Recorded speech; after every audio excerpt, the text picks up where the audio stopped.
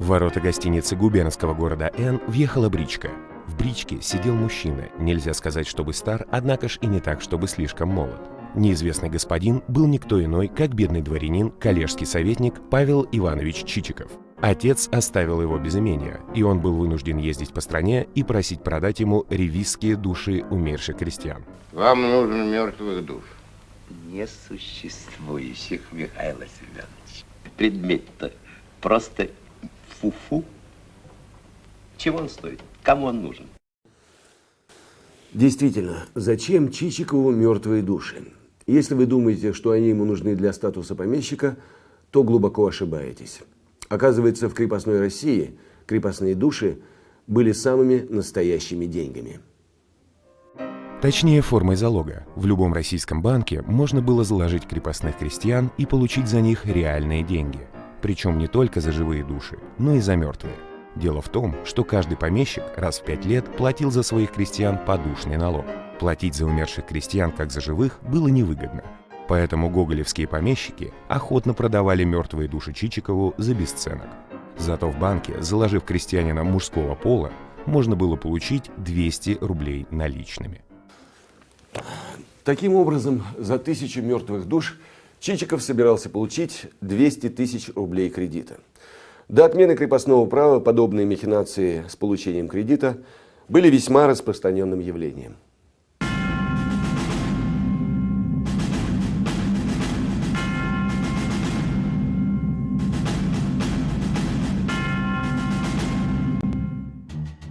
1856 год. Страна живет в ожидании отмены крепостного права. Поражение в Крымской войне, крестьянские бунты и неэффективность социально-экономической системы России вынуждают правительство ускорить крестьянскую реформу. Новый министр иностранных дел Александр Михайлович Горчаков докладывал Александру II.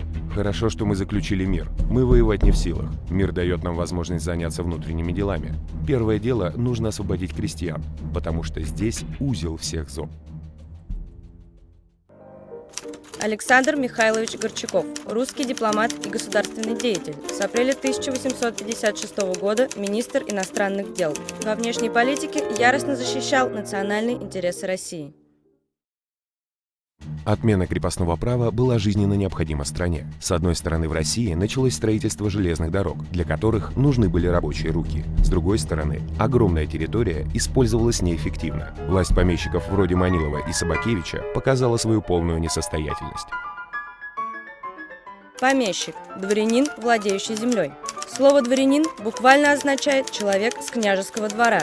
Во времена Екатерины II дворяне, получив свободу от государственной службы, начали выполнять роль русской аристократии. К 1858 году в России проживало около 1 миллиона дворян и 23 миллионов крепостных крестьян. Отмена крепостного права для дворянского сословия, жившего за счет рабского труда и государственных кредитов под залог крепостных душ, звучала как приговор. Если нет крестьян, под что теперь брать кредиты? На что ездить за границу, устраивать балы и вести роскошный образ жизни? А ведь дворянство было не только главным собственником земли, но и опорой самодержавия на местах. Именно поэтому отмену крепостного права решено было проводить в максимально мягкой для привилегированного сословия форме. Крестьян заставили выкупать землю у помещиков в обмен на свободу. В результате реформы крестьяне становились низшим классом и получали ряд гражданских прав. Например, заниматься торговлей, владеть движимым и недвижимым имуществом, поступать на службу и в учебные заведения.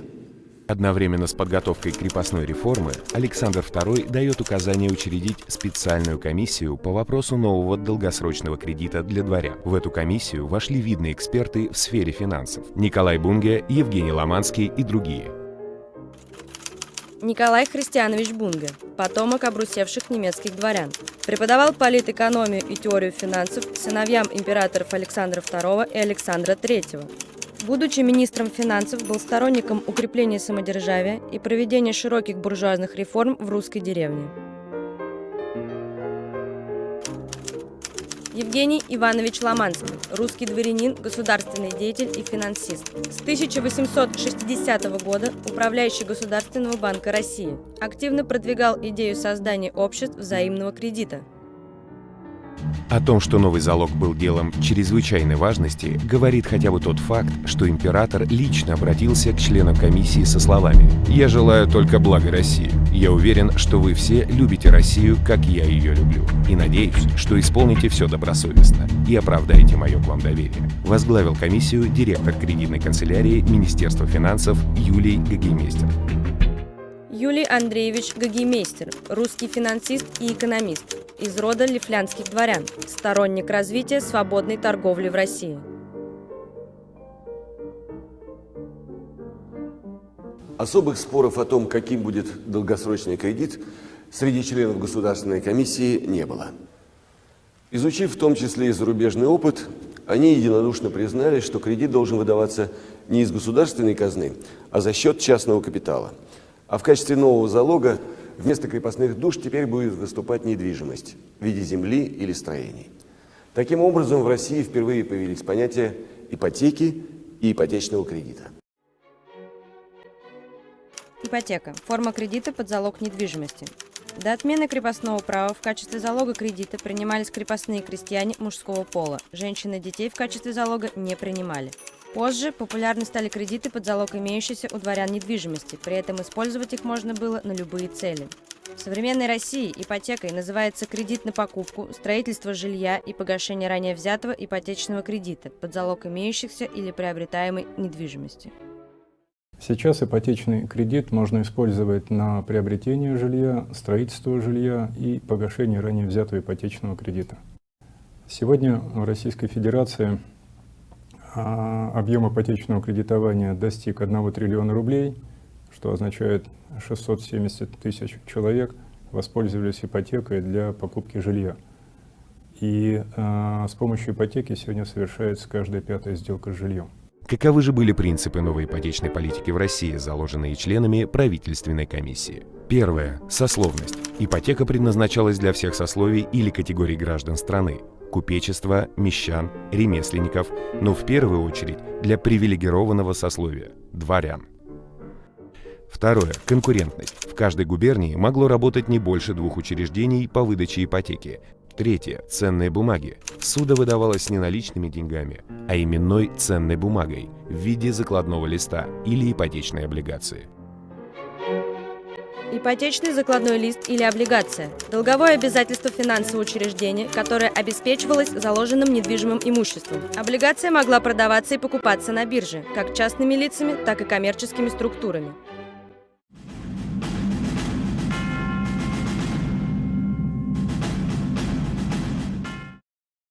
Новая форма кредита под залог недвижимости полностью изменила финансовые отношения в стране. Первым инициативу по созданию частных ипотечных учреждений взяло в свои руки столичное дворянство. Во-первых, дворяне крайне нуждались в средствах, а во-вторых, владели имуществом, которое можно было закладывать. Сначала в столице, а потом и в провинции появляются первые частные ипотечные организации – городские кредитные общества. Их клиентами были в основном обеспеченные горожане всех сословий. Главным условием работы кредитных обществ был принцип взаимного поручительства всех его членов. Заемщики ипотеки сами создавали кредитные учреждения и сами же их контролировали. Эта форма кредита, по мнению видного банкира Ломанского, была наиболее близка к коллективному сознанию русских людей. Вот что он писал по этому поводу. Пользование ипотекой, как и участие в поручительстве других членов, устраняет любую возможность потерь и убытков.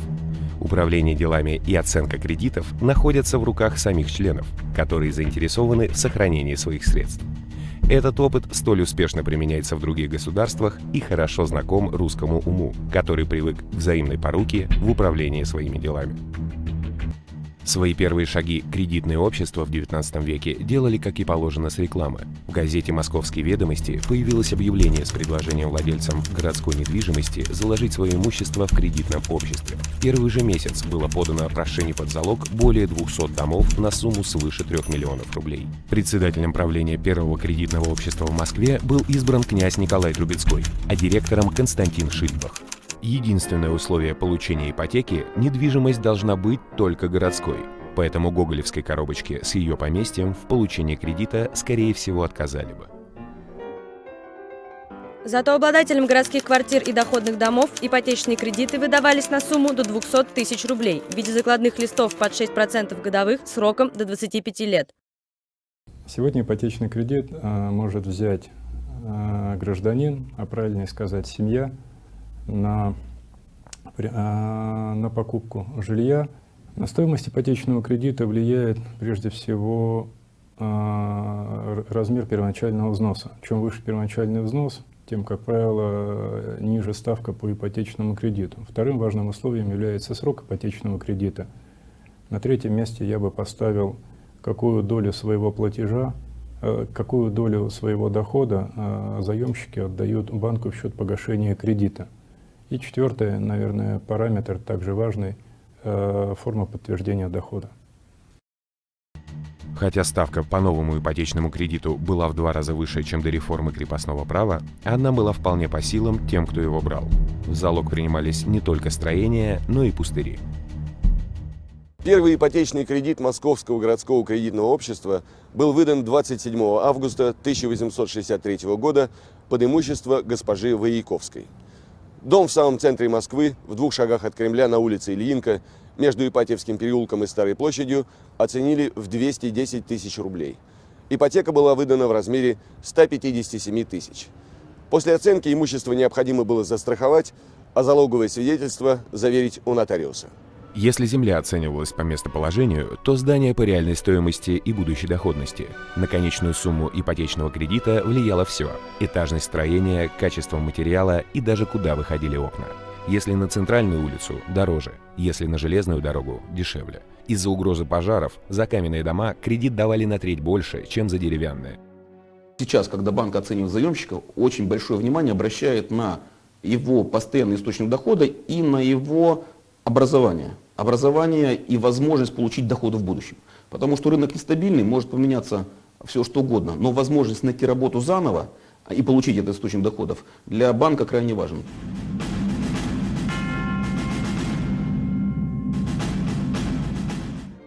В отличие от города, в провинции открытие ипотечных учреждений шло гораздо медленнее. С одной стороны, у большинства помещиков просто не было денег на организацию частных банков, а с другой – особого желания и навыков. Неудивительно, что первое кредитное общество для дворян на селе, общество поземельного кредита, создается в Москве в 1866 году. Под залог оно принимало земельные участки или имения дворян. Учредителями общества поземельного кредита выступили знатные дворянские фамилии России и крупные землевладельцы страны – князья Борятинский, Шереметьев, Шувалов и другие. Они совместно образовали акционерный капитал в размере 1 миллиона рублей, из которого и выдавались ипотечные кредиты. Клиентами общества могли стать только представители дворянского сословия, которые буквально выстраивались в очередь за получением ипотечного кредита. В такой очереди легко представить себе и гоголевских помещиков Собакевича и Манилова. Крестьяне, которые не меньше своих бывших хозяев нуждались в кредитах, денег здесь получить не смогли. Чем больше в России открывалось кредитных учреждений, тем быстрее земля становилась прибыльным товаром. Доходность земли к концу 60-х годов XIX века достигала 10% от покупной стоимости. При низких ставках ипотечных кредитов ее было выгодно покупать и перепродавать. Земля стала таким же ходовым товаром, как и крепостные души во времена Гоголя. Земля может быть объектом залога по кредитам ипотечным.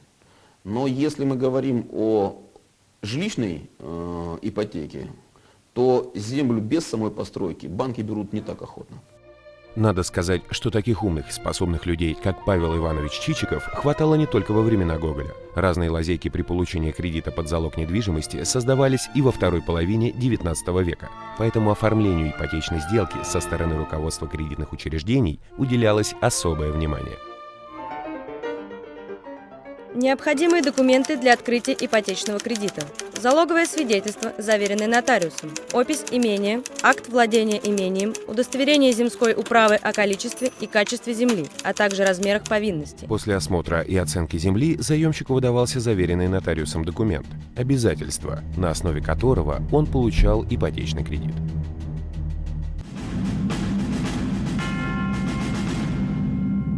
Главное отличие ипотеки в царской России от современной в том, что кредит тогда выдавался не наличными, а в виде ипотечной облигации или именного закладного листа. Каждое кредитное учреждение выпускало свой ипотечный закладной лист, который выдавался на руки заемщику. Это была самая ценная бумага царской России. Ведь ипотечные облигации обеспечивались не только реальной недвижимостью в виде земли или строений, но и имели государственную гарантию. У каждого владельца ипотечной облигации был выбор. Он мог получать по ней проценты или, как бы сейчас сказали, дивиденды, а мог продать банку или на бирже и взять наличные деньги. Вопрос о курсе ипотечной облигации был жизненно важен для ее владельца. Чем выше курс облигаций на бирже, тем дешевле обходилась ипотека. Например, за ипотечные облигации на сумму 10 тысяч рублей при биржевом курсе в 120 рублей за одну облигацию владелец мог получить на руки 12 тысяч рублей. В современной России ипотечные облигации на рынке тоже присутствуют.